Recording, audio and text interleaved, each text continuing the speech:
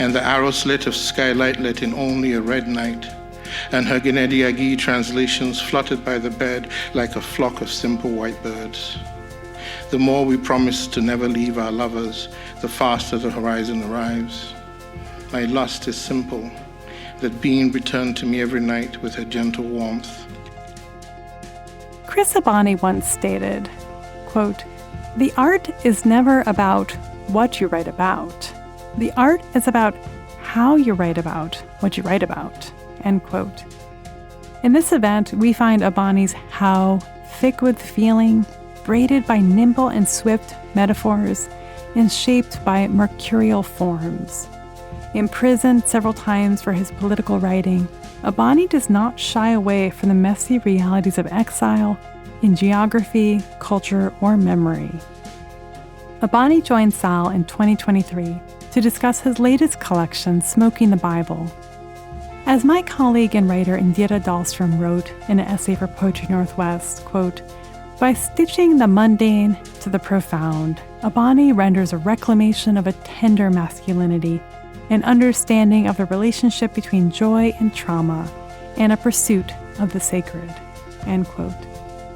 What we experience in this emotionally generous collection is a deep spiritual reckoning that draws on ancient African traditions of belief and an intellectual vivacity drawing on various wisdom literatures and traditions. I'm Rebecca Hoogs, the Executive Director of Seattle Arts and Lectures. You're listening to Sal on Air, a collection of talks from the world's best writers from 37 years of Seattle Arts and Lectures. Chris Abani was born in Nigeria, though he has resided in the U.S. since 2001. A novelist, poet, essayist, screenwriter, and playwright, Abani has demonstrated the world over that words run through his veins. Through TED Talks, public speaking essays, and his work being translated into over 13 languages, Abani is an international voice on humanitarianism, art, ethics, and our shared political responsibility. Following the reading, Abani is joined by poet and theologian Pádraig Ó Tuama for a conversation in which they discuss history, West African mythology, and how language continues to change within and around us. Abani reminds us that poetry at its greatest will always resist time. This is Sal on Air.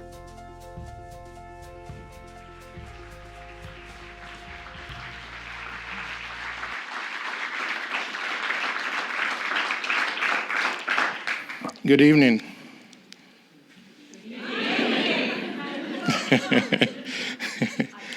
COVID has ruined everyone, right? Thank you for coming out. I wish I sounded like Morgan Freeman, but I don't. More like a strangled chipmunk. But anyway, that's for another time. Seattle, thank you. It's been a long time since I came back here. My first trip here was Rick at Elliott Bay asked me to come out and do a reading, I think in 2004, from my novel Graceland. And because a lot of the novel, while set in Nigeria, had a lot of Bollywood references, and my last name, Abani, is very popular in the Bengali regions, the audience was 300 Indians who turned up to see an Indian. But then it was great because 300 of us ended up singing phonetic Hindi songs from movies, which was quite moving. But and then Copper Canyon, Michael Wiegers accepted my book, Hands Washing Water. And I was teaching Rebecca Brown, who's here, hired me to teach at Centrum, much to her later regret, which is I'm just kidding. So for Townsend, and it was during the war in Iraq, and there were a lot of writers in the room who just kept complaining about how the writer's block was because of the war. And so I was a bit tired of that. So I gave an excoriated lectures with a lot of fuck yous. And that was where I first met Michael, who I'm sure was like, can we undo this contract? But the first thing I ever did with Michael that same evening was we got invited to a seance. And I had to sit facing Michael for 20 minutes, gazing deeply into his eyes. while we conjured up the divine beloved. And Pádraig asked me, did you? And I said, well, I felt pregnant afterwards, so I don't know if that's it. So there you have it. And I think Open Books is still one of the few bookstores in the world that only sells poetry. I don't know how they do it. So thank you. And thank you to Seattle Arts and Letters and to everything, and to this amazing man who I'm going to talk to, who I met through a podcast, which I wasn't even on.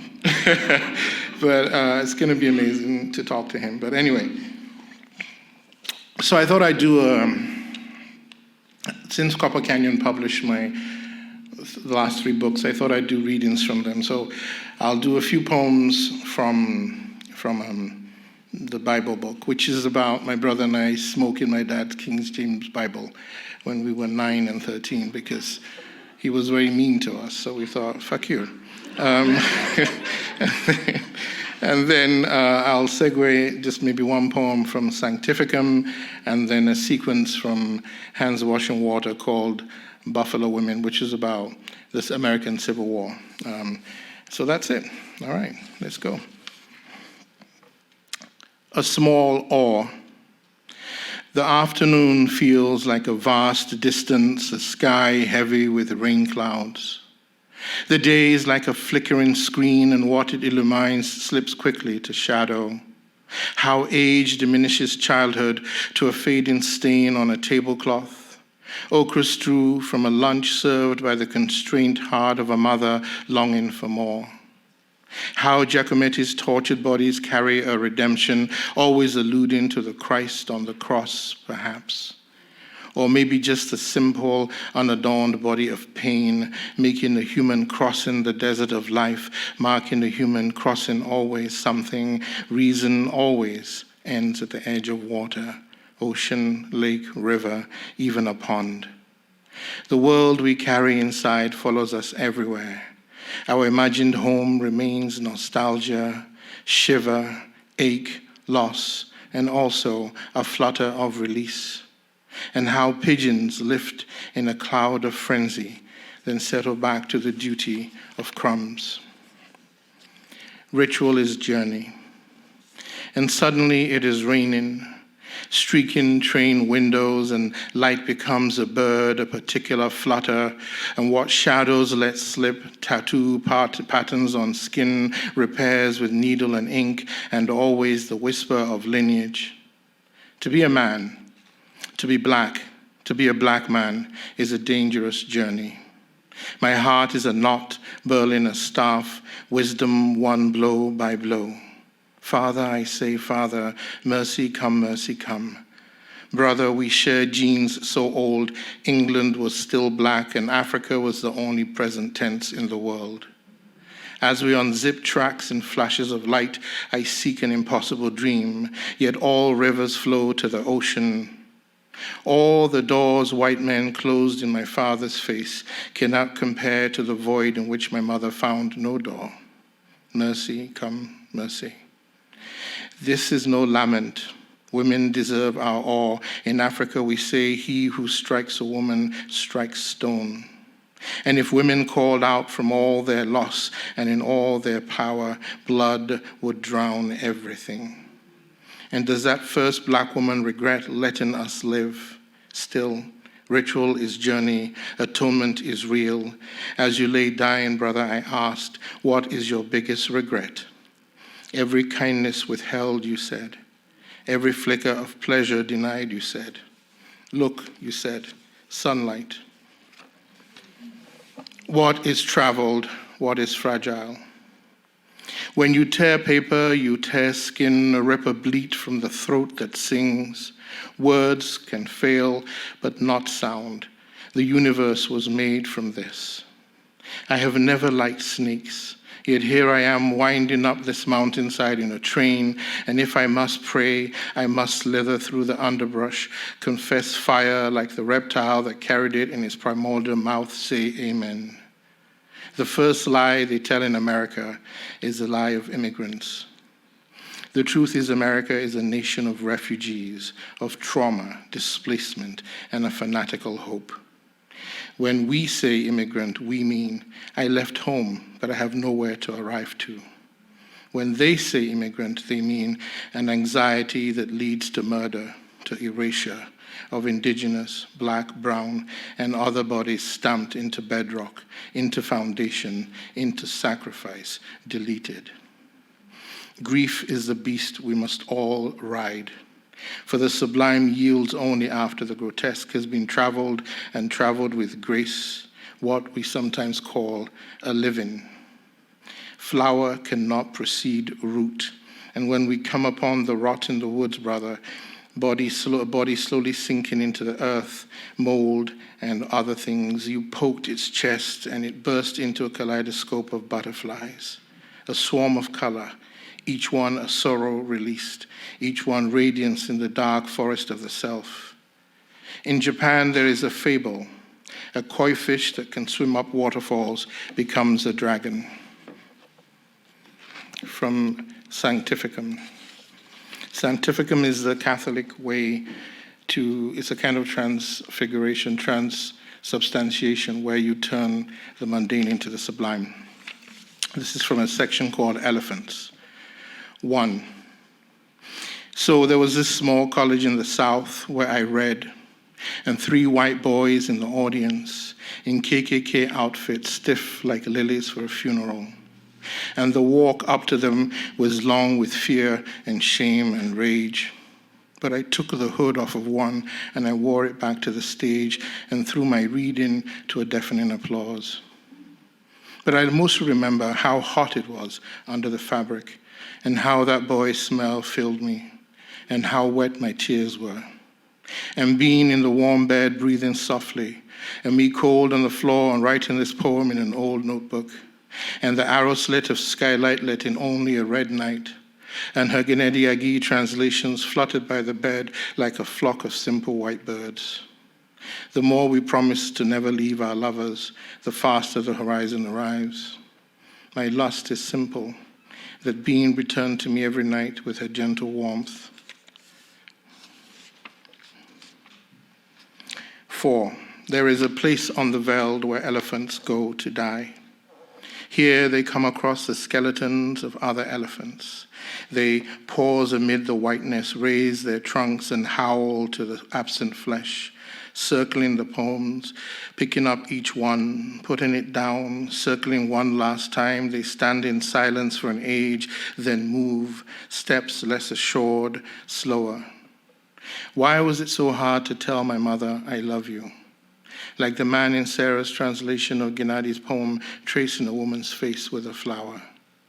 To cling to death, to a metaphor as real as a dying parent, is to wrap language around an absence. There are stories that can kill you. And we're going to read from, you doing okay? Yeah.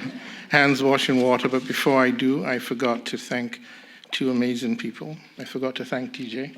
Can we have it one more time for DJ?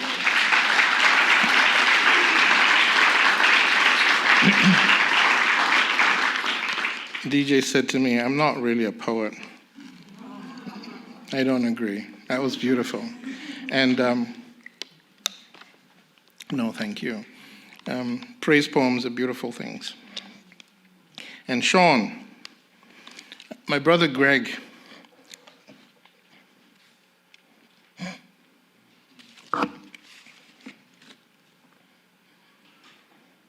I can safely say Greg has never had a song written about him. So wherever he is, he thanks you, and I thank you too. It's really funny to come back to a place where you know people and then you're suddenly very shy to read, and so I rushed into the reading. And that was a beautiful introduction, thank you. And so because we're on land where ancestors before us have come, I want to offer a libation. It's a Yoruba incantation for water and for life. So to all those who own this land before us, tutu tutu dodo tutu nene, adifa fundo lueri mangeti, tutu dodo tutu nene, ile lueri kigbono. Awodo yigi yigi, ota omi. Awodo yigi yigi, ota omi. Awodo yigi yiga wo kumo. Awodo yigi yigi otaomi. Afaribale adikio. Afaribale adiki. Afaribale awo kumo. Afaribale adiki. Is it the stone at the bottom of the river that shapes the river's flow, or the river that shapes the stone? We will never know the answer to this mystery. And it is for this reason we prostrate every day. And because we prostrate in the face of mysteries, only questions abound. And if only questions abound, we can never die. Ashe. So, Buffalo Women, epigraph. Word for word, we beat the love out of each other. Yusuf Kumanyaka. Buffalo Women is a sequence of letters from the Civil War in America. 1. Dearest Jane, even as I pen this, the train is whistling into the depot, bearing fresh fodder for this mad, mad war. That sound, melancholy like a lost starling, always accompanies the gentle fall of evening. Candles are rationed and our wicks are no more. The last of the day is my only illumination as I write, fast as a field hand racing against the coming dark. Were that you were here, no doubt, my very soul, not just my tent, should be illumined by the gentle fire of your affections. I have been compelled by the argument and the insistence of my commanding officer to leave my all-Negro platoon and follow him to his new posting as the captain of an all-white platoon. Imagine that, Jane, the only Negro amongst all that white, and them never guessing my deeper secret. Our orders are to proceed to the front, though I wish they were to repair home to you, to the more natural plodding of my past. Oh, sweet Jane, I feel myself much changed by the heady scent of sweat and dried blood that settles like a fog over our camp. The frenzy of killing is a delirium that drives us, relentless as my old master's cracker drove me.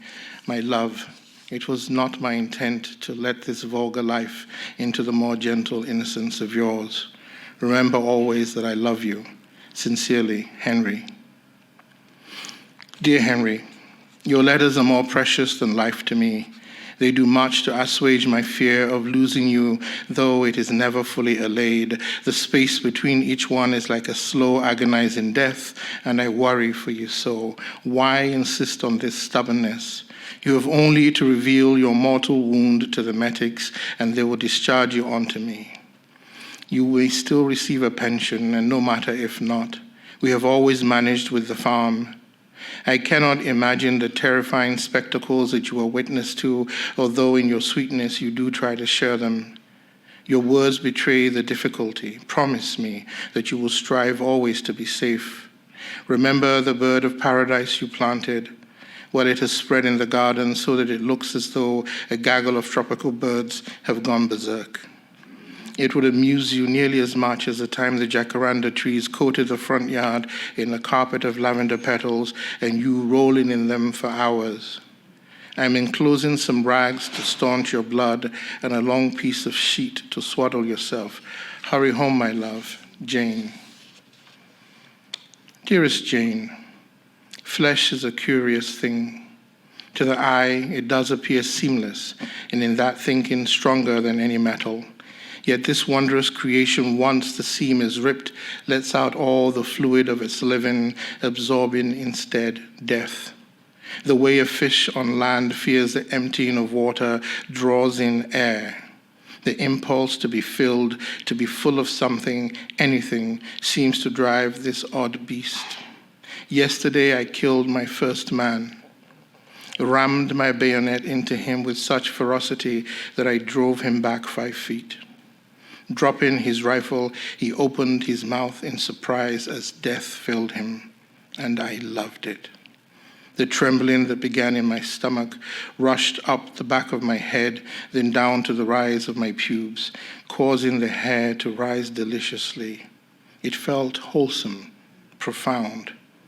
The epiphany, like the taste of blood on the tongue, or earth, dank, damp.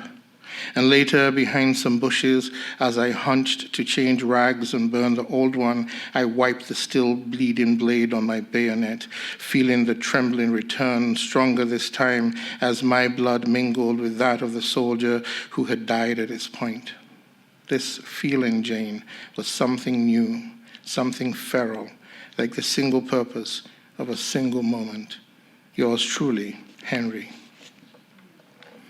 Sweetest Henry, I know we promised to be honest, one to the other, but your recent missive, though welcome as any epistle from you, filled me with a dread that clung like dampness to wet wood. I'm terrified for your immortal soul, dear sweet Henry. This mad war of Lincoln is infecting you with a sickness too depraved to even address. I have gathered in some herbs, remembered from childhood with my Aunt Tilly. I will use them to spice the candles I light every night with my prayers. I must be careful because while they are wholesome with my love, there are those who will tar it witchcraft. God knows we need no more stigmas attached to us or for the town to examine us more closely. Yesterday, Reverend Pickering spoke highly of your manhood.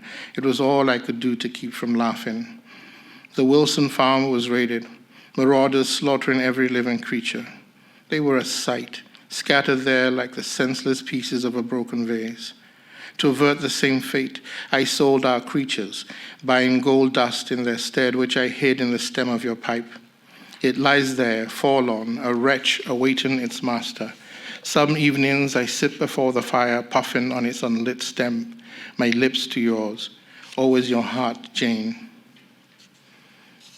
Dearest sweet Jane, I woke with the taste of your apple pie in my mouth, carried over, no doubt, from my dreams.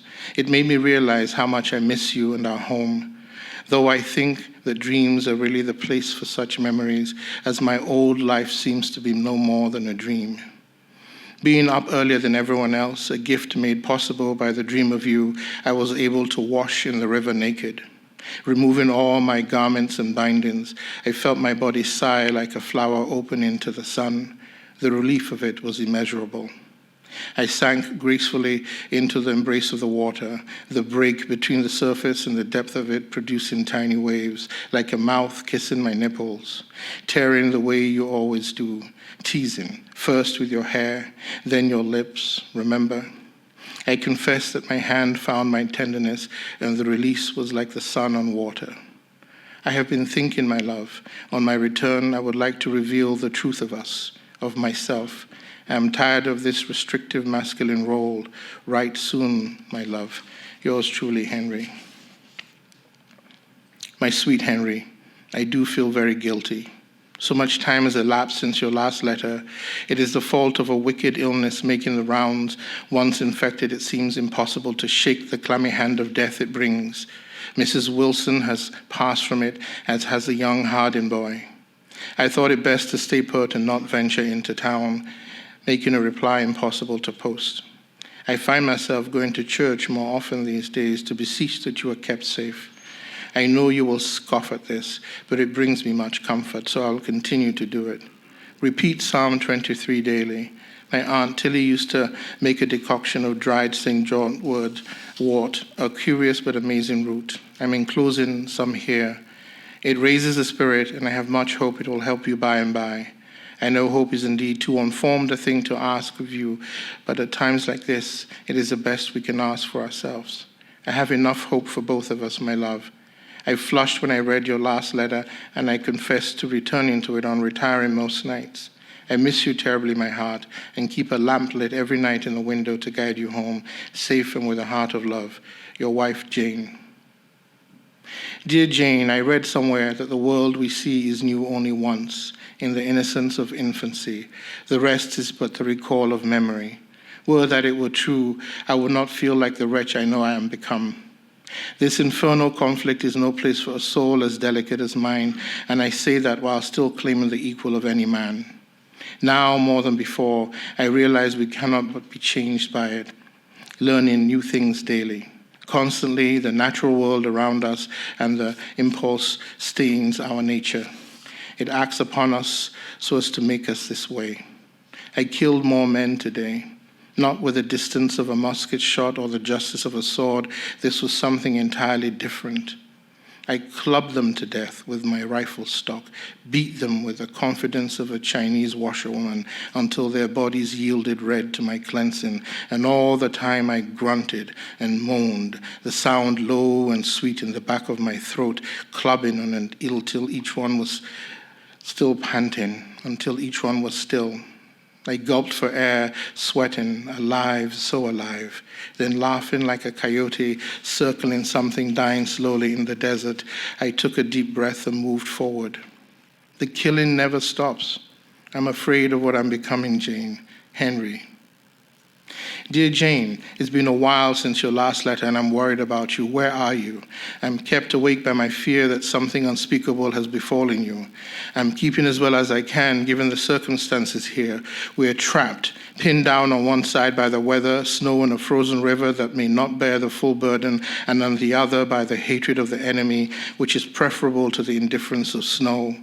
We have taken some heavy cannons, and the horizon is filled with splintered trees grinning like teeth in a skull. To give you a true sense of the troubling scenes I have witnessed is beyond my power, and I scarce think that you would believe me. Suffice it to say that the devil returns among us nightly, dancing between the tents of freezing, hungry men. In the lazy sunlight of day, there is much talk too evil to recount here, taking shape in covetous stares aimed at the old, the weak, and the dying. There is something malevolent brewing in our very souls, a thing so heinous that should we wish to return from it, we could not find a path home. With a gnawing dread, I realize that I am not immune for it. Pray for my mortal soul, sweet Jane. Pray. Yours truly, Henry. Dearest Jane, I have not heard from you in a long time, nor you from me. I realize that we are sealed off by the weather and the war as surely as though we were butterflies wrapped in the silk of those cocoons you love so, calling them beautiful, calling them holy. We are all dizzy from hunger here and emaciated, so wasted that I have become that I no longer have need to bind my chest. I am truly one of the men now. You would not recognize me, my love. My face is harrowing even to crows. The older and dying soldiers have been tagged crones by the rest of us, and we watch them with guarded eyes, and they can feel it coming. This hunger must take shape soon, and they huddle together like ancient birds, eyes darting, calculating every movement we make, and daily our circle about them grows tighter, pulled by the spasms of hunger-taut bellies. So far, it is only the shame of daylight and night fires that keep it in, but long before this desperate wickedness overruns the qualms of good people, how long? Before the desire for the smell of cooking meat, the softness of flesh, breaks us all. This is an unspeakable horror, Jane, and I would surely be hanged for telling you. You will never read this, and for that I'm grateful. Yours truly, Henry. Dear Jane, I suspect this letter will never feel the gentle grace of your hands, nor will you read these words. The snow shows no signs of letting up, and the cold is worse even than the night terrors. Its icy, cold, clammy fingers cling to limbs as though devouring us one appendage at a time. My wound has dried up, the flow no doubt frozen by this infernal weather or perhaps even the hunger. We have begun to boil our spare boots along with salt and the few spices cook has left. The leather is too tough to eat, but the soup has enough of the taste of meat to fool our hunger momentarily. We bulk up on tree bark, and today we made a charge at the enemy, and it was half-hearted, and we failed to do more than drive them back a few yards. But they are too debilitated to even mount a successful counter. Neither side, it seems, can muster the mettle to succeed. We always return to the problem of finding food. All the horses and the mules are long gone, the marrow picked clean from the bones. I swear one can play them like a flute. Even the crows have deserted us in fear, and today our captain gave a rousing speech about how it was our duty to stay alive and enjoined us not to falter in that duty. The abyss is calling, sweet Jane. Henry. Dearest Jane, and this is how it is done. We chased down the oldest crone last night. It was no sport, and despite the sprightliness born of terror, the hunt took only a few moments. The other crones all pulled tight into balls, dark stones in the purity of snow. Even in the dark, we could see the widening of the crone's eyes, the recognition that pleading was futile. 4 men held it down, ripped its clothes off. It was no more than a bag of bones, but to us it was plump as a new calf. Its squirming and pig-like squeals enjoined no pity from us, but instead a desperate anger. We circled in clumps of 2 and 3, hugging the shadows as far from the fire as possible, our shame compounded by hunger and anger, and then mercifully the sergeant ran his sword through the crone, slicing from chest to navel, viscera steaming in the snow. The chaplain and captain turned away in disgust, but what could they do? The confusion that followed was suddenly comical because nobody knew how to cook it. Our curse is our endless resourcefulness for evil, and the night was soon heavy with the deliciousness of cooking meat. And while the crone dripped fat into the fire, we mimicked the noises it made before dying. And so we have become Henry. Dearest Jane, I received my first letter from you in nearly 3 months. I cannot measure my joy at your tender words. Along with your letter, spring has thawed winter's internment, and we have moved even further forward. Our resourcefulness allowed us to find food during the winter months while the enemy starved for the lack of it. We were able to launch attack after attack on them, and we left the dead where they fell. And now, in spring's thaw, they have emerged from the snow like the wanton pieces of the broken vase your missive speaks of. There were casualties on our side too, but nothing near the losses suffered by the South. The chaplain and captain recommended our battalion be disbanded and the soldiers sent to new postings. This last winter was harsh on our conscience, and everyone feels it best to forget. I wrote you several letters in that long darkness, none of which survived to be sent to you. I laughed when I read of you puffing on my unlit pipe stuffed with gold dust. What a remarkable creature you are. I have decided that I want no more of this war, and I revealed myself to the doctor who weighed my breasts before discharging me. I will be home soon. You are my redemption, sweet Jane. Yours truly, Henrietta. Thank you.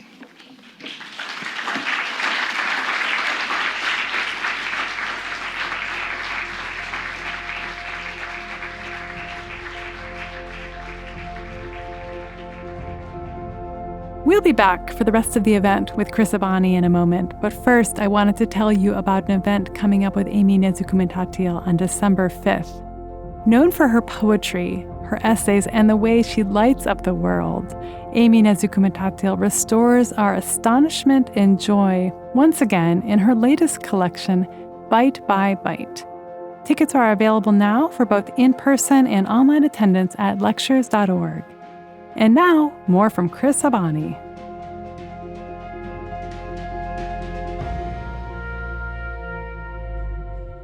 That gave you a moment to take a bit of a breath after that exchange of letters between Jane and Henrietta. Henrietta, yes. Yeah.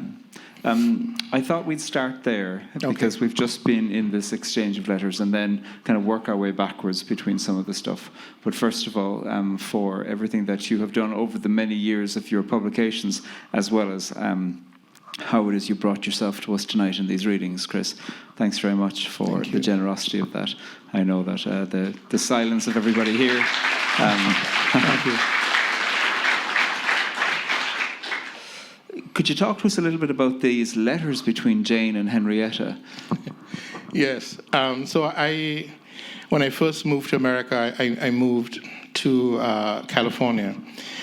And so I was digging around in the archives as one is wont to do. And I discovered all these old letters, Civil War letters, and I was sort of moved by them. But particularly they were in a loose box, and on the front it said, Civil War letters by illiterate soldiers.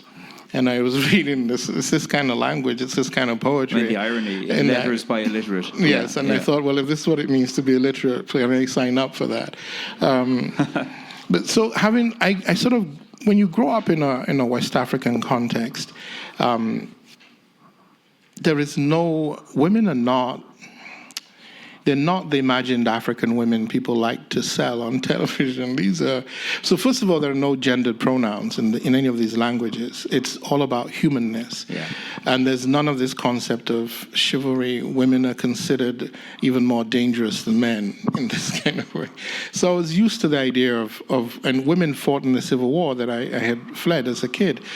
But when I got here, there was all this stuff. But then I stumbled in those same archives on an article about an African-American woman who fought in the Civil War as a man, because women weren't allowed to join the Union Army, and she bound her breasts. But what was remarkable was that after the war, she received a full pension and lived in a veterans' home, old people's home, until she died, and it was only at death that they discovered she was a woman. And I thought, this is remarkable. Yeah. First of all, it just shows you how clueless people were in those days about certain things. But the remarkableness, but also the ordinariness of the narrative, right? Because of the way it was written, but because of when I started to research the numbers, there were regiments of these women, mostly African-American, mostly who had fled to California, of all places, from the South after sort of the failed experiment of the Restoration had happened, and then signed up, much as kids were doing when I was teaching, who signed up to go to Iraq for citizenship, but to get money in order to live. And so I imagined that these were not, first of all, our concept of what a woman would normally be, but also they clearly were not straight people in the way we think of them. So I sort of started to imagine what it would be like if two women lived together and then one joined up and then started to write home. What would be that intimacy? Because part of my work is to find the intimacy that masculinity lacks in language in many ways, and so that's how the letters emerged. Yeah.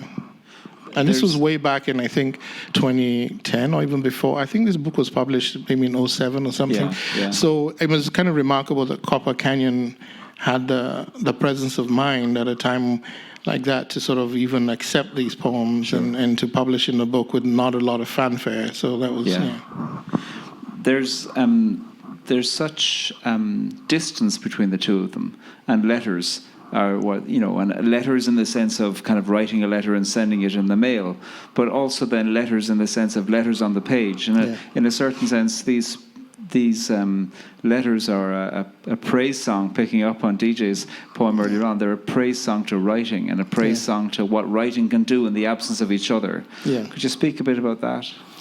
Well, certainly. I think that even predating the actual idea of writing, because there was still a lot of cultures in the world who I will call it writing, even though it was oral, because it's composition, it's thought. But so for within Igbo language, character is determined by your ability to understand language and use it, right? So. And, translations mess things up because they're also translated through a Christian lens. So the word for proper speech where I come from is ezioku, which means the appropriate words, but has been translated to mean truth, which is not a useful idea at all. But I think as I grew up, it became clear to me that certainly within Igbo and perhaps Yoruba culture, communication is not the origin of language, it's a byproduct of language. The language arises out of the need for an individual self to separate from sort of a communal consciousness and yet still keep strands. So it's sort of a way of saying, this is me and this is everything else. Yeah. So I think that in that way, language. And you see it even in the Middle Ages, the fear of writing and grammar's connection to grimoire, which is a book of spells, and how the syntax is important because if you got the spell wrong, then you turned yourself into a frog instead of somebody else. So I think that the language is the first extension of body, and language is the primary vehicle of consciousness. And so in a way, all kinds of things that emerge from that, the letters themselves, which in different languages, in Hebrew, for instance, it's sort of used in the Kabbalah, and it's sort of these are all mathematical principles. So it really is that language and then letters are embodied gestures. and that they were considered to be simulacrum at some point. Yeah. And that's how I think about poems. I think of a poem as an automaton, like a virus, and its job is to go out into the world and replicate itself in all the multiple ways it does, so that there's never one reading. And if it's done well, it should resist time and resist erosion, so that if you read a poem like by Hafiz, which is a call to arms 900 years before, now it's used by all the yoga people in LA. Yeah. You know. All of the yoga people, every single one of them. Every single one of them. Anyone in Lululemon. Yeah. In one of your poems in the latest book, Offertory, you say, though we know grief cannot raise the dead, we speak the spells nonetheless. Yes. And that, to my mind, shows what it is that you trust language can do. Yes. That language is a thing to speak through time, to undo time, to try to make something alive. Could you say a bit more about that? Like, I'm interested in that faith and the tension in this. Like, we know grief cannot raise the dead, but, and then, we speak spells nonetheless. Yeah. Well, I mean, I grew up in cultural contexts where I witnessed language do things that if I say them now, you would probably call an ambulance, right? So say one. So for instance, I remember at my grandmother's second burial, because you have multiple burials, one of the items to be sacrificed was an ox, and the ox broke free and was charging and gored someone and was charging towards where my grandfather and myself and my brothers were. And my grandfather bent down and picked up sand and chanted into the sand and threw it at the bull, and it just keeled over. Wow. So, like I said, should we up my dose? So somebody's calling the ambulance. So, but literally, so you just saw Sean call back my brother. My brother's been dead 4 years now. Yeah. And in that moment when he was singing the song, which is from a poem where Greg, in order to seek attention, has burned down someone's corn farm. And when questioned why, he said, I just wanted roasted corn. And so this kind of literally the infernal battle with my father around masculinity, he passes. My brother Greg was not in a worldly way a remarkable man. He was a limousine driver for a long time. But when my brother died and I went to his funeral, it was a Monday morning in Seven Sisters in Tottenham in England. So you just imagine the traffic already. 300 people turned up for his funeral. The church was too small. I'd never seen these people in my life. And there were all these Somali refugees who came up to me and they're like, oh, your brother fed us, because he had a small holding. He would grow food and give people. He was filling out. My brother, knew nothing about the law, but was filling out immigration forms for the people. My brother was teaching people word processing, which he barely knew himself, so they could get. So this remarkable human being had a life that was completely invisible, and to even his closest siblings. So that's what I mean by the way that in his death, language calls him back all the time. And so where I come from, you're never dead until you're forgotten. And there's so many similarities, I think, even between the idea of the Irish wake and some of these ideas with language, because if you consider an Irish wake, a whole community gathers to hold your grief in language. But then you stand usually by the coffin and they come up to you and everyone shakes your hand and commiserates. They're bodily informing you with language that it is time to cut ties with the dead and be here and not go there. All these rituals are linguistic and bodily rituals of journey to establish all the kinds of boundaries we need, except that for them the boundaries were quite permeable. So I think that's what I believe language does, if it's done well, is that there are people. Here's something that happened to me once so I have a book called Becoming Abigail. that's about a young woman whose mother dies in childbirth, and so this young woman collects stories about her mother and tattoos it on her skin. I was in the Middle East because I taught out in Doha for a while. I was in the King Riyadh airport in Saudi Arabia, which, if you know anything about that, is heavily policed by the religious police. And I remember I was heading to the bathroom, the men's room, and I became aware of someone staring at me, and I turned, and it's a woman who's completely covered except for her eyes. And then she's staring at me, and that's already a risk. And I go into the bathroom, and as I come out, she's now by the bathroom door. And in a country where you can't touch a woman, shake her hand or anything, I found out when I was teaching, she put her hand on my arm to stop me. And she said, "Becoming Abigail changed my life."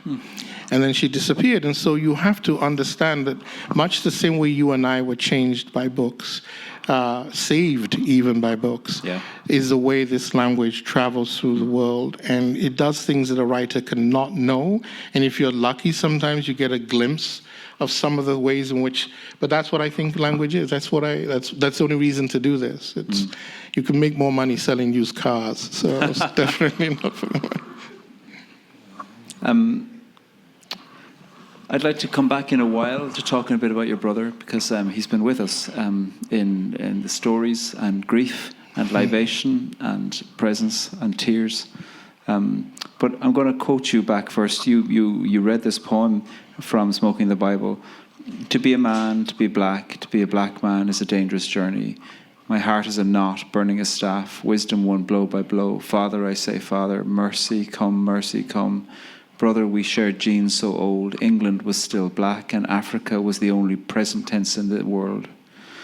And to my mind, this section of a poem is a huge distillation of so many of your major themes. You know, it was masculinity and tenderness and blackness and pain and your father and time and language. And God, the Christian God, yeah. And the Christian God, yeah. And so much is in it. And journey as well, and danger and threat. And these are themes that occur in many of your books, not just in this latest one.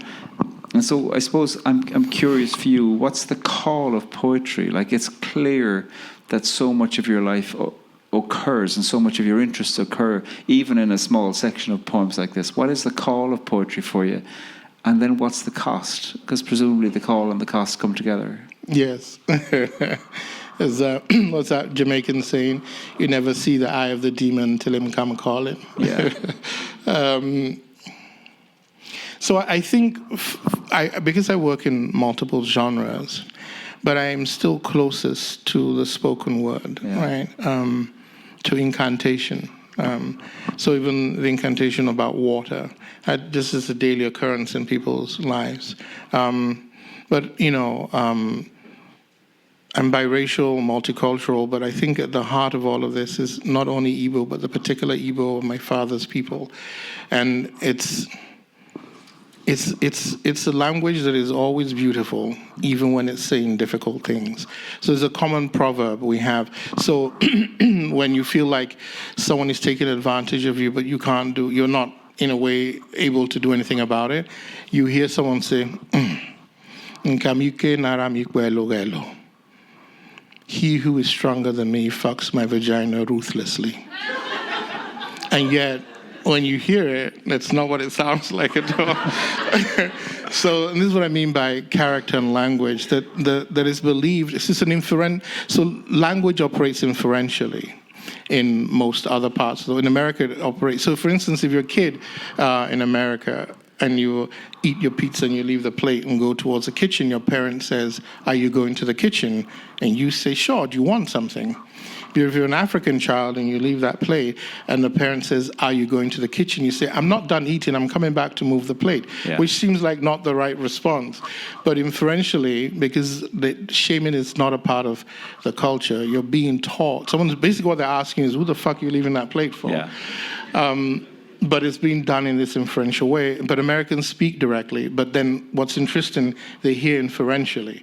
So a very difficult thing in America is if you disagree with someone's opinion, no matter how nicely you do it. If you say, "Oh, I don't necessarily subscribe to that thesis," they hear, "Chris doesn't like me." Yeah. and so bizarre. And so I think that at the core of this idea of poetry is that for me it's literally breath. It's at the base level of all communication, and I think it's the first emergent language that there is. And I think that because it's very subjectist language, it's the only thing that can hold things that are ineffable. Yeah. Because the poem on the page is never what the poem is about. The poem on the page is a hinge that opens up into a thing that can never be said, and hopefully you can build it sturdily enough that every time someone opens the hinge, they fall into a different abyss every single time. So that's the draw to poetry. Yeah. And so then the cost of that is that you can never hide. You can never look away from things that are difficult. And so often when I'm working with younger writers, I always say to them, you have to figure out, and there are people in this room who've heard me say this, I don't think they believe me. You have to figure out that Chris, the person, cannot be Chris, the writer. So you have to figure out the ritual that bridges you into this writer persona. And so you have to figure out the ritual that bridges you back into yourself. Because if you bring this stuff into your life, can you imagine you'll be the most miserable? Nobody would ever get coffee with you. It sort of really reminds me of when I first came out of prison. I was in solitary confinement for so long, I'd forgotten how to speak. And I remember I worked at an arts organization in England called Centerprise. And then every time someone would ask me, how's your day going? I say, well, the nightmares aren't as bad as they used to be. Yeah. And so people would avoid me. And then one guy, Adrian Dutton, who was this artist I later did work with, I was at the photocopy and he asked me, and I said, yeah, I don't know, man, it's hard. And he just looked at me and said, yeah, but surely you watch Babylon 5 or Star Trek or something.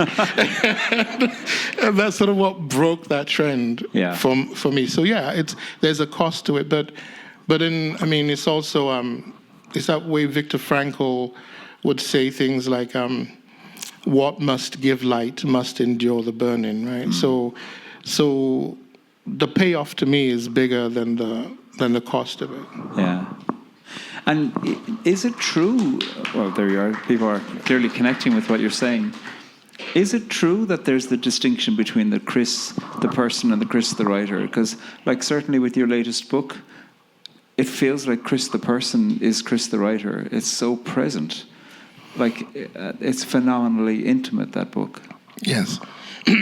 Yes, in a way. And I think that's really the job. Again, when I teach, I talk about the difference between information and intimacy. Yeah. So even a person who is going through grief can give you information you would feel nothing. Yeah. But I remember Rebecca Brown is in here, amazing writer from here. I remember reading when after my brother had died, she has a book, and I'm probably going to massacre the name, but I think it's a family medical dictionary. Is that the correct, Rebecca? It's an incredible book that deals with the dying family member, and just these sparse fragments. And that was actually what enabled me to fully enter into writing this book, because you always bridge onto onto other writers. You can't do this alone. If you could, then I don't know who. But I do think that I'm not. It's not me. It's already a mediated me in the book. It's only in moments like when I was trying to thank Sean on behalf of a dead brother that then I suddenly realized this actually happened on my body. But other than that, it's mediated by language, so there is already a separation there. Yeah. Although language is the body too, I was struck by how your tears were the first libation you offered tonight, and then you gave a libation. Then I was struck by how your gesture followed what your body was doing. Yeah. The tears reminded me that I hadn't offered the libation. So when I was growing up, my grandfather would say, they came and told you it's time. If you don't pay, they would take it. So, yeah. How long did it take you to begin to have enough language and enough space and enough time to begin to reflect on your brother's death through poetry? Was it emerging all along the way, or could you tell us a bit about that, as much as you want, and we can move on to another question? No, that's perfectly fine. So the book started, it's so funny because when I started writing this book, and it was just the summer of the Bible smoking. So it was just like poems that were light about brothers. And I love the casual way you say the Bible smoking, a little bit of heresy, and then, you just throw these things out there. What's some heresy between friends? I mean, I was almost excommunicated at 12, so it just seems like smoke, But I think that, because the Bible is good onion paper, it's really good. It burns well. And I have a friend who used to steal all the Gideon's Bibles from the hotels because he used them to roll spliff later, after I told him about this. But, and I sort of Some thought... people here are taking notes. Yes. It's hard-earned wisdom. So I think, and then when I told my brother, I was like, I'm writing a book that's largely about you, but about, because he was 4 years older than me. But he was sort of, in more than many ways, the masculinity that shaped me. Because my brother was a complicated. He'd stab someone in the eye 1 minute, but then he'd take a bullet for somebody. He's a very beautiful young man in that way. And he said, please don't. Oh. And I said, what do you mean? He said, remember, you wrote a book. I had a book called Song for Night about a boy soldier who dies. And not to spoil it for anyone, but he doesn't know he's dead. And I had just got galleys from that book when my mother had a heart attack, and I was teaching in Chiang Mai in Thailand, and I flew back, and my mother grabbed the galley and wanted my brother to read it to her. So he was reading it to her, and then the day she died, I had to come back because I had obligations here, and I was leaving LA to New York to do a reading. And she called me just before the plane taxied off, and I answered, and I got in trouble with the stewardess for answering the phone. But she said to me, the character's name is My Luck, and she said, did My Luck make it across to the other side? And I said, yes. And she said, good, thank you. And then an hour later, she died. So when I told my brother I was writing this book about him, it's like, stop your bullshit witchcraft. I don't want to die. And so it was a different book. And then surely enough, like a few months, about a year later, he became sick. And so when I largely part of my role as in the role I occupy ritually in my family and other places, part of it is to sing people across. Yeah. So I went and I was with him for the last 10 months of his life, singing him across, prepping things for him, making him so that he could cross without fear. And so I had no time to think. There was one poem, Incantation, that's in the book that I wrote at the time. And then after he passed, it was then my job, because he had 3 kids. The youngest was 16 at the time. So then it was my job to be there for them. And so I was on the phone every day with his wife and his kids, and I sound exactly like him. So they just wanted to hear this voice all the time. So it took a year before I even was allowed to process what had happened. Sure. And so then I was locked down. I remember not being able to write, and finally saying to my now wife, I said to her, I don't know why I can't write. And she said, you're grieving. What do you think? So then I finally was able to put together the book. So it was like 4 years. He's been dead 4 years. So it took about 3 to 4 years to find the distance to write this book. Yeah. There's an Irish poet, Pádraig Ó Tuama, whose work I love, and he has a great line when he says, lie at the heart of the emotion, time has its own work to do. And it strikes me the way you're talking about there, that it's the work of time. Yes. That is entangled time.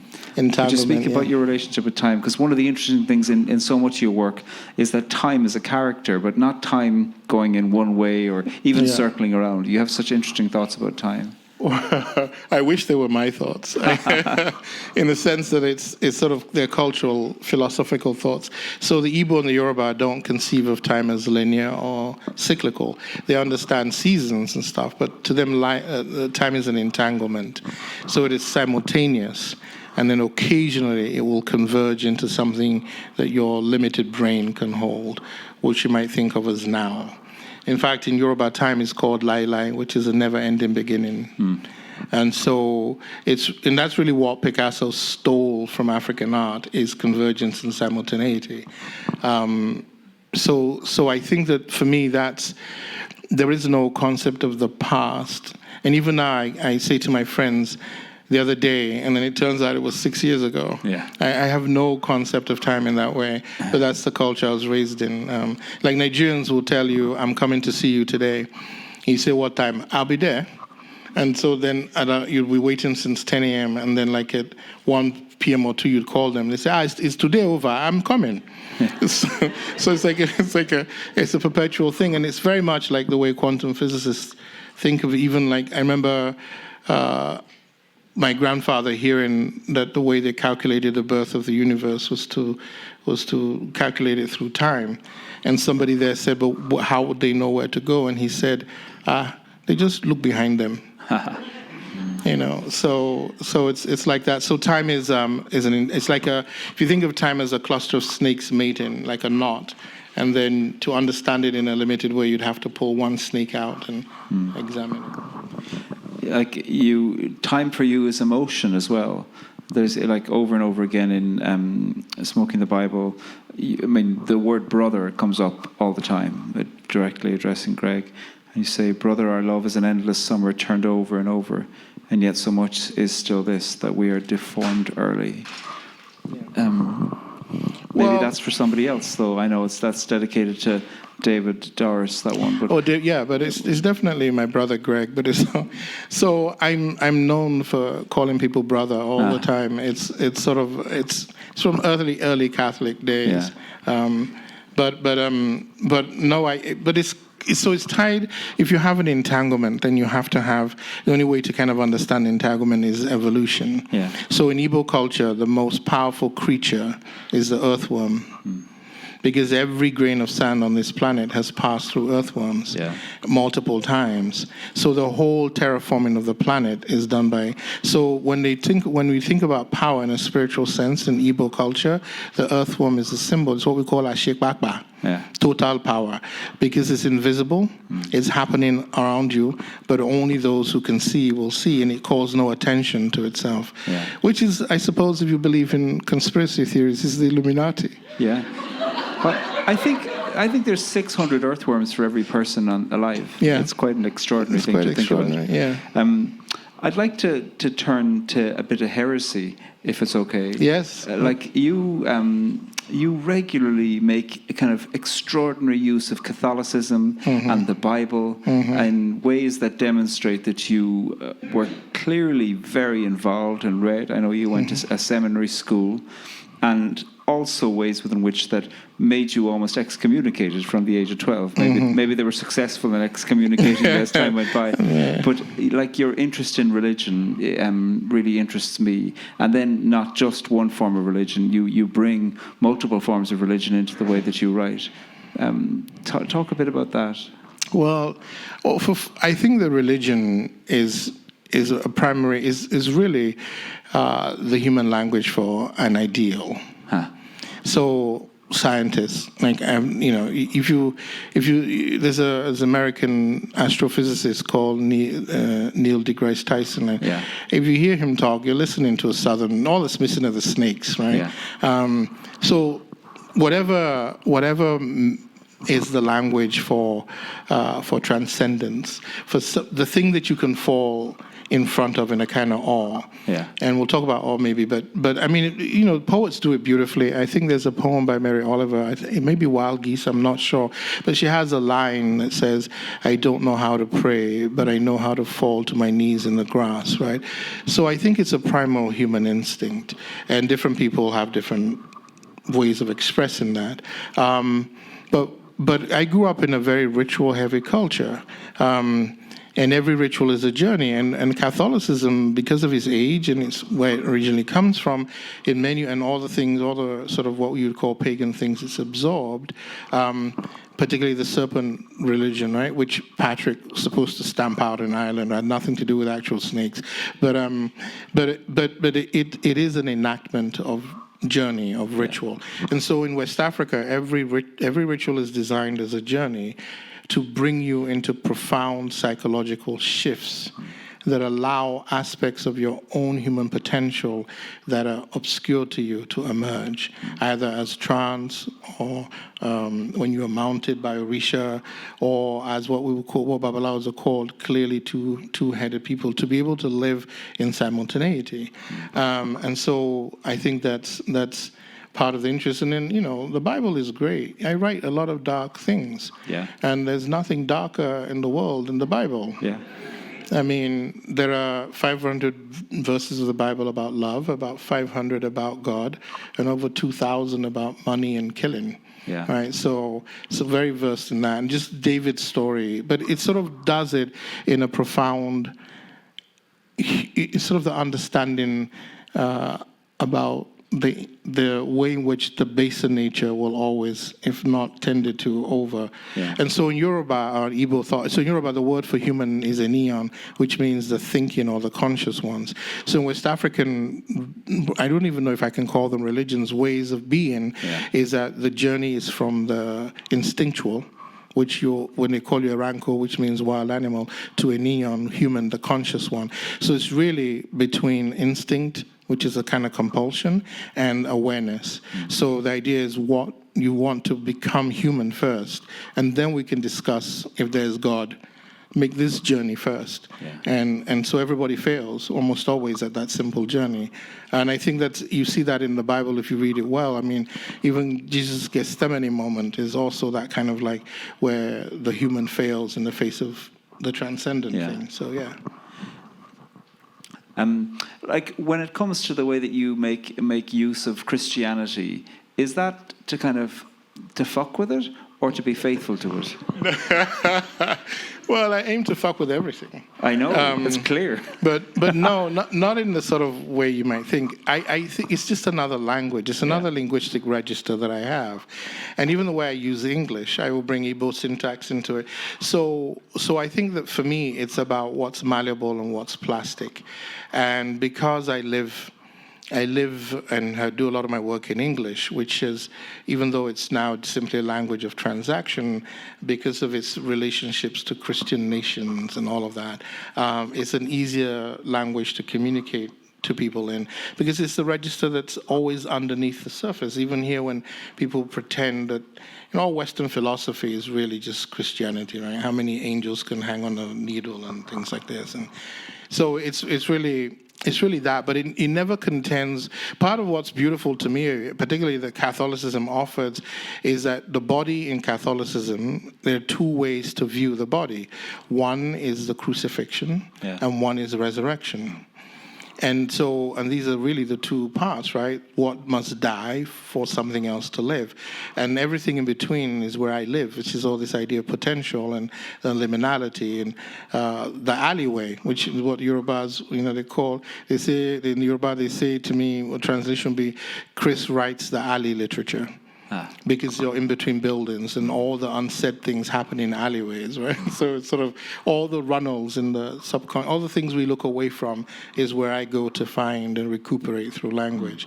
So it's not a, I could care less about Christianity in that way, but I do find that it's also shaped me because my father was a knight in the church. My mother converted from Church of England to Catholicism. So much of my early life I was an altar boy from 5, went to seminary at 10, got kicked out, went back at 12, got kicked out, went back at 18, got kicked out.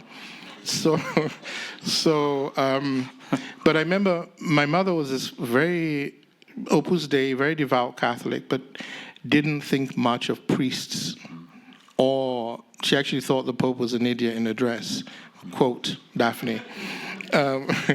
But for her, it was a complex negotiation between the idea of what is a language for my personal faith and how I act in the world. So, in defiance of the Catholic Church, its ban on prophylactics, my mother figured out that she could get away as a Catholic with teaching the Billings ovulation method to all these women in Nigeria who were having so many babies who weren't able to raise them well, but didn't speak enough Igbo to do it herself. So it took me, without thinking anything weird about it, a 12-year-old, to go and ask women who've never discussed their periods with their husbands, is your period typically heavy flow or light flow? And would you say your vulva swells at particular times? Because that's how the billing system works. So I remember one of my cousins called my mother a feminist, and she was so upset at this idea. She's like, no, I'm Catholic. But clearly, there were apertures in her that, and this is what I found with a lot of people who are ardent followers of particular religions, is that whatever the thing itself is holding, there are all these, and usually women, because that's the largest following, will always find these windows, these alleyways that they will walk down that kind of liberate and almost like earthworms irrigate the soil to bring light into it. So, when you say alleyway, I keep on thinking of this word in the Gaelic from Scotland, adjert hangere, which is the word translated as translator, but directly it means the interlanguager. And it occurs to me that one of the things that you're doing, even in that story about your mother and teaching the Billings method, that there's an interlanguaging that you're doing, that somehow you're holding worlds together through language and experiences of time. There's a couple of questions that have come in here. Here's the first one. Do you believe that art, writing, requires part of your life to be sacrificed? And if so, what does that entail for you? No, I don't believe that at all. That's why I tell you to make two people. Create a right. So here's the thing, living in America, I'm always fascinated by the way people make their personal identities by importing external ideologies. So people say things to you like, I'm a vegetarian. I'm like, no, you're Janet and you eat vegetables. Because those are two separate things. Yeah. A vegetarian is an ideology. Yeah. And so when people say I'm a writer, it's an ideology, and often a very romantic one. So I don't agree with that at all. I think that there are costs to everything we do. People watch their parents die. People who don't like their parents, who have been harmed greatly by their parents, go back home, again, mostly women, to care for them, and struggle with these things. Women who have been abused by fathers still wash their corpses when they die.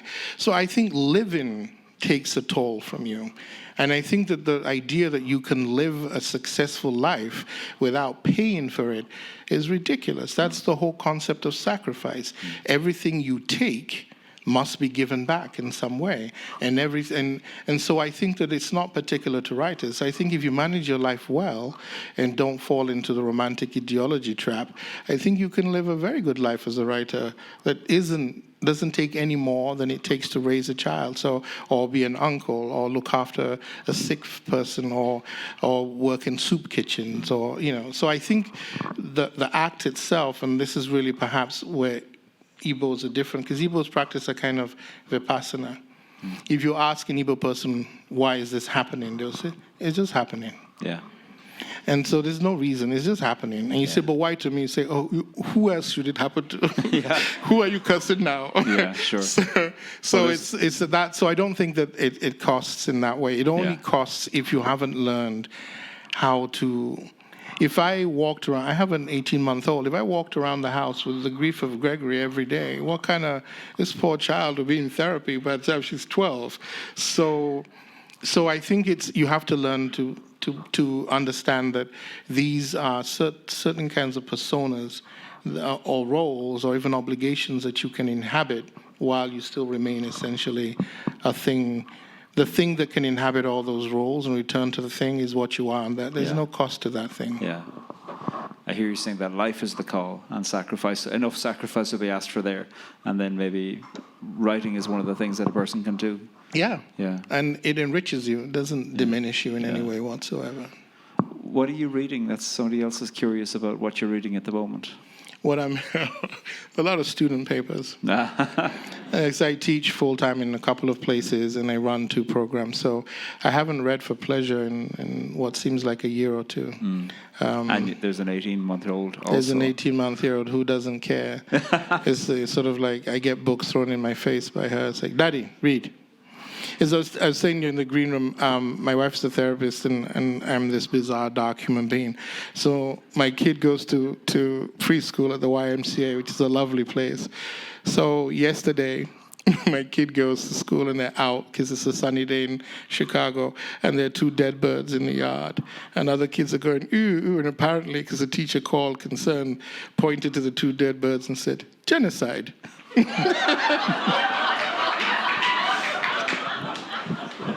There's a particular kind of future ahead of your daughter. So there you have it. Yeah. So I'm reading her. Yeah. Well, she's also reading the world. Yes. Yeah. Yes. Somebody's asked a question here. What's your relationship to self in light of your dynamic relationship to time? I'm curious about the way you uncover a philosophy of time. Is that a philosophy of self too? It kind of brings us back to the question of ideology or ontology. Yes, I think, but I'm in Igbo we call the path Afa. In Yoruba it's called Ifa. It's a traditional kind of a system of practice. I was raised in it on one side of the family, and over time, when I became a full priest of it 13 years ago, and what I call it is the path of the erasure of self. So the whole idea is that after a while, you don't have any stories anymore. Because everything that we think is us are just stories we've made up about who we are in attempts to explain who we are. And then we've come to believe those things. You know, the way Americans think the Constitution is a real thing, you know, in that way. And so I think there is a self that it's the thing that wakes up in the morning and then says, oh, I'm Chris. Yeah. But the space between when you wake up and adopt whatever costume you're wearing that day, that is where I think I live mostly, which is sometimes troubling to people around me because it seems like I seem sometimes like not to care. But it also disturbs my friends because then 5 years after people know me, something will trigger a memory, and I'll say, "Oh yeah," and then that time, and they're like, "Why? You never?" I was like, "Yeah, I've forgotten it happened." So it's a path of forgetting self. It's a path of forgetting I. I'm hoping to get better at it. Well, I was going to say, in an identity-conscious age, what you're saying is a deep challenge.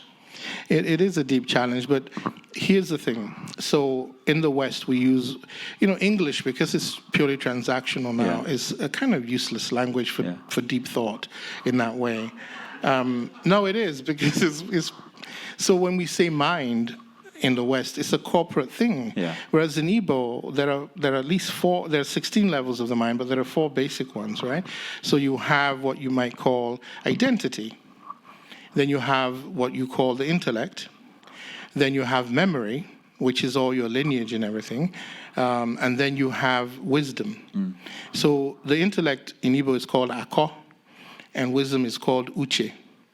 So my grandfather, this is a direct proverb from my grandfather, he would say, ako b'ma, uche b'ngega. The intellect is a knife, wisdom is a needle. So in that sense, the Igbo understand that the intellect's job is a survival tool. It's to cut the world up. Tiger, person, dangerous, not dangerous. And if you rely on that, which has been an addiction for the West, because they're still recovering. I think much of Western thought is recovering from the Dark Ages. When Catholics said, that the Pope said, don't think. And so people stopped thinking. And then the Renaissance came along and people said, oh, I can think again. Yeah. So, but for people who've been thinking for thousands of years, they're not enamored. And even the book I keep talking about, where the reason ends at the edge of every river, reason is not a way to go through the world. You can't reason your way out of grief. You can't. So the job of that is that if you use the intellect all the time, you just keep cutting things into smaller. And I think the word for that is neurosis. You just keep cutting things up. And so the Igbo rely on wisdom to be able to put things together so that it's not an anti-intellectual, it's actually a deeply intellectual culture, but it's sort of understanding the role of the different parts of the mind. And so that's something that's very different here. And so that's partly, so the idea of identity to an Igbo person is funny. Because there are roles you play, but you know that you are not the role you're playing. Yeah. So even motherhood is not gendered in Igbo. So men look after children when the wives are working in traditional culture, and then when a man is holding a child in a sort of maternal way, when another person passes, they will say, "Giro kinne, look at the great mother." Right, so this is, I think, the difference between Western ego and non-Western ego. Western ego gets locked in the role, and other places aren't locked in the role. They kind of live more in this sort of wisdom. However, that was an ideal time. Yeah. In today, global capitalism, I don't think there's anyone more capitalist than a Nigerian. There's that joke about the Nigerian there's a space program, and America's advertising for people to go to the moon, and so an Englishman comes and says he'll take $1 million to do it. And the American comes and says he'll take $2 million, and the Nigerian comes into the room and closes the door. And they're like, "You can't close it. Shh, just wait. How much did the Englishman ask for?" And they're like, "We can't tell you. Just tell me." They said $1 million. How much did the American ask for? $2 million. Okay. I'll take $3 million. And the guy says, "Why?" He said, $1 million for you, $1 million for me, and then we give the Englishman $1 million. Let him go there. So when I'm speaking about Igbo and Yoruba in this way, I'm not talking about a culture that lives that way anymore, and I don't think anyone in the world lives this way anymore. But that it's embedded still in the language. Yeah. So and that's where I operate out of. Yeah. And what I'm going to ask you to close with a final poem. But I am struck. I came across your work by Raymond Antrobus, who's a good friend, who told me about your work, and I started to read it and loved it. And then I read your book, The Face, which is a meditation on your own face. Yes. And the chapter is very short. Because that's how vain I am. That's how vain. The chapters, which are very short, are interspersed with jokes about your face from a brother. Yes. Is that Greg? Yeah, that's Greg. So I realized as I was reading Smoking the Bible that I have been thinking about your brother for a few years because he's hilarious. Things he says to you, he was pretty brutal. Before Greg passed, I had 3 elder brothers. And in Igbo culture, you you're loved because people mess with you. Yeah. So even when I was growing up, there were 4, my middle-class Nigerians, there were 4 jobs. Right? You could be a doctor, you could be a lawyer, an engineer, or a failure. Uh-huh. And so till today, my brothers, every time, my brothers are all kind of, and my sister too, my sister's a dame of the British Empire, so they're all really important people, and they still talk about your so-called career. That's what they call my job. They're like, "Oh yeah, that so-called career you have." Yeah. And even when I got tattoos, it was outrageous. Yeah. They're funny, but that's the thing. But Nigeria as a whole is like that. If you survive Nigeria, it's very hard to hurt your feelings. Because even as a kid, if you had a terrible, as kids you get these terrible haircuts, and you're walking past and someone goes, "Oh my God, what happened to you?" Yeah. And, you say, "Oh, I got a haircut." "Oh no, that's not a haircut. It's a disaster." Do your parents know? So constantly people felt that they would say to you in the bus, like, "Why do you have acne?" You're like, "Why is it your business?" "Well, I have to see you every day. Do something about it." I was a plump kid, and they would say to me all the time, "You're fat." And I said, "That's not very nice." "Oh, you don't like it?" I said, "No, I didn't lose weight." So it's sort of it's not malicious. It's just how people talk. Yeah. And so, but between brothers, that's one of the languages of tenderness I was talking about that men have, which is to rib each other in these ways. But within that, so much of your work is about unearthing secrets too. Yes. And within the secret of a joke, even a kind of being blunt with each other or giving each other a bit of a hard time. Yeah. There's the secret of that you're showing all along, which is love. Yes, it's always love. Yeah. It's always love and tenderness, and I think that particularly for masculinity, because masculinity doesn't actually exist. Yeah. Right. Masculinity is an evacuation.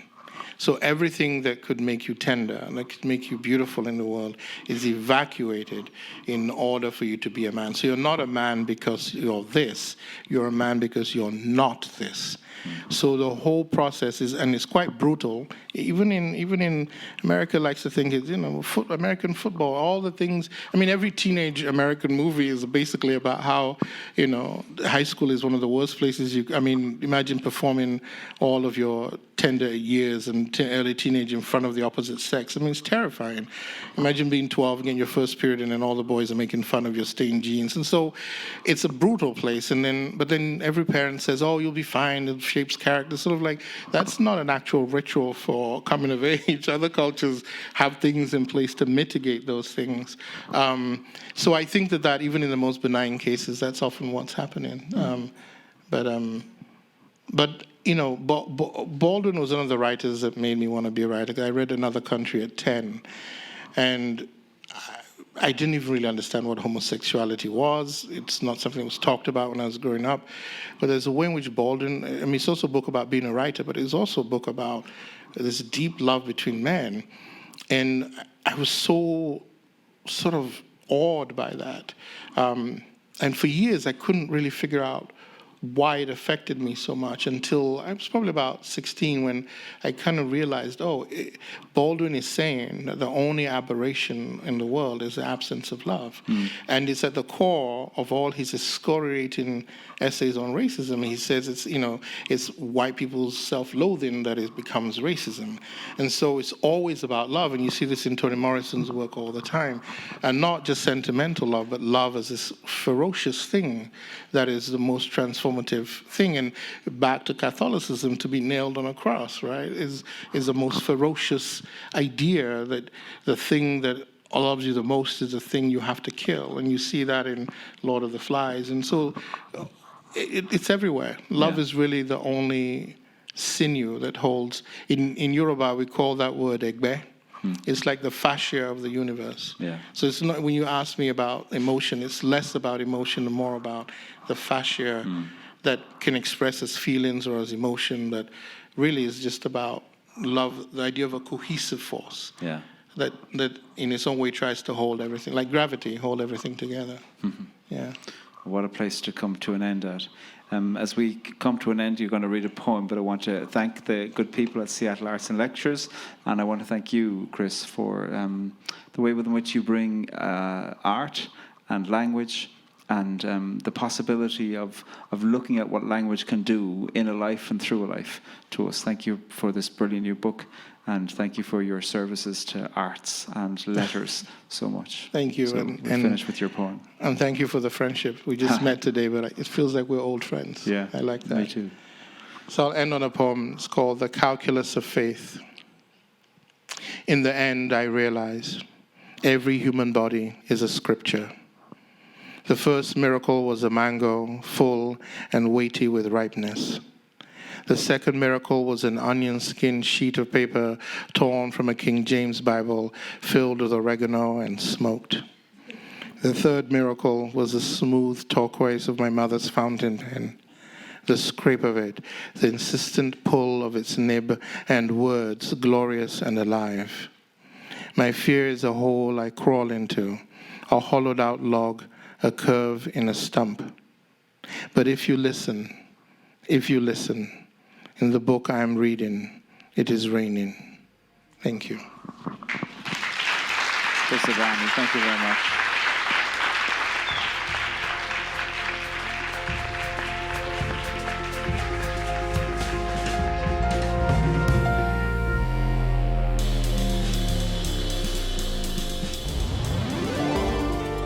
It was an honor to host Chris Abani in 2023 and to welcome him back to the airwaves today.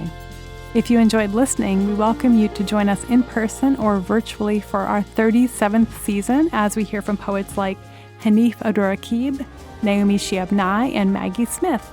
Tickets are available at lectures.org. Thank you to the Seattle Arts and Lectures staff, board, and community, and thanks to all of you for listening. Our show is produced by Jack Straw Cultural Center with theme music by Daniel Spills. To hear more, Subscribe from wherever you get your podcasts, and while you're there, rate and review us 5 stars so that more people can enjoy Sal on Air.